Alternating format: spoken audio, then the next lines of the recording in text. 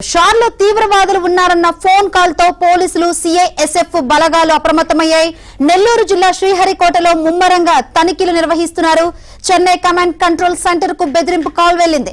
దీంతో షార్ పరిసర ప్రాంతాల్లో అణువణువున బలగాల సోదాలు కొనసాగుతున్నాయి. సముద్ర మార్గాల్లోనూ కోస్ట్ గార్డ్స్ తనిఖీలు చేస్తున్నారు. ఇక ఇదే అంశం సంబంధించి మరిన్ని వివరాలు అందించేందుకు మా ప్రతినిధి మహేష్ సిద్ధంగా ఉన్నారు. మహేష్, పోలీసులైతే అన్ని కోణాలను తనిఖీలు చేస్తున్న పరిస్థితులు అయితే కనిపిస్తుంది. అసలు ఈ ఫోన్ కాల్ ఎక్కడి నుంచి వచ్చింది? ఏమైనా ఆకతాయిలు పని అనుకుంటున్నారా ఏంటి? అసలు ఏం చెప్తున్నారు?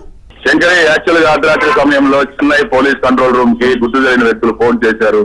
షార్ లో బాంబులు పెట్టారు, తీవ్రవాదులు ఉన్నారంటూ వాళ్ళ సమాచారం ఇవ్వడం జరిగింది. అయితే ఇది ఆకతాయిల పనా లేక నిజంగానే ఉందా అనేది అర్థం కాని పరిస్థితి. దాంతో ఒక్కసారిగా బలగాలు, అన్ని బలగాలు కూడా అప్రమత్తమయ్యారు.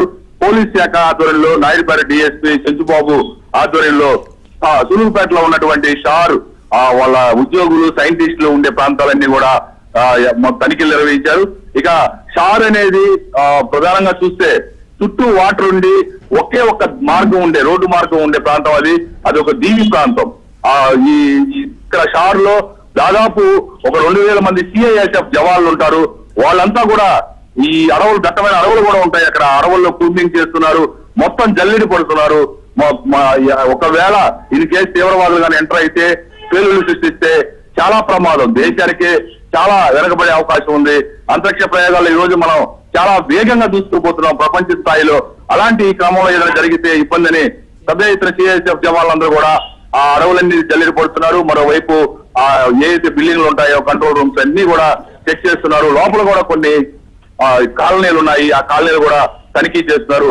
మరోవైపు ఈ సముద్రంలో కూడా ఒక ప్రత్యేకమైన బృందాలు ఆ సముద్ర మార్గాన్ని ఎవరైనా చొరబడ్డారా, ఎవరైనా చొరబడేందుకు ప్రయత్నాలు చేస్తున్నారనే క్రమంలో కూడా అటువైపు మరోవైపు కూడా తనిఖీలు జరుగుతూ ఉన్నాయి. మెరైన్ టీం కూడా రంగంలో దిగింది. వాళ్ళంతా కూడా పర్యవేక్షిస్తున్నారు. మొత్తం మీద అయితే షార్ లో ఒక ఉద్రిక్తత వాతావరణం నెలకొంది. నిజంగానే తీవ్రవాదులు చొరబడ్డారా లేదా అనే దానిపైన చర్చలు సాగుతూ ఉన్నాయి. భద్రతా దళాలు మాత్రం ఎవరిని చీమను కూడా లోపలికి పోనివ్వకుండా మెయిన్ గేట్ దగ్గరే చాలా కంట్రోల్ గా వ్యవహరిస్తూ ఉన్నారు.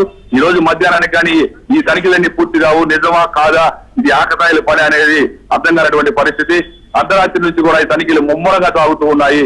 తీవ్రవాదులు అయితే ప్రవేశించడానికి అవకాశమే లేదు. కారణం ఏంటంటే ఈ షార్ చుట్టూ కూడా మత్స్యకార గ్రామాలు, దీవులు ఉన్నాయి.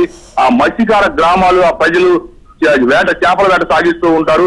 ఏ క్షణాన ఎవరు గుర్తు తెలియని వ్యక్తి వచ్చినా కూడా ఇమ్మీడియట్ గా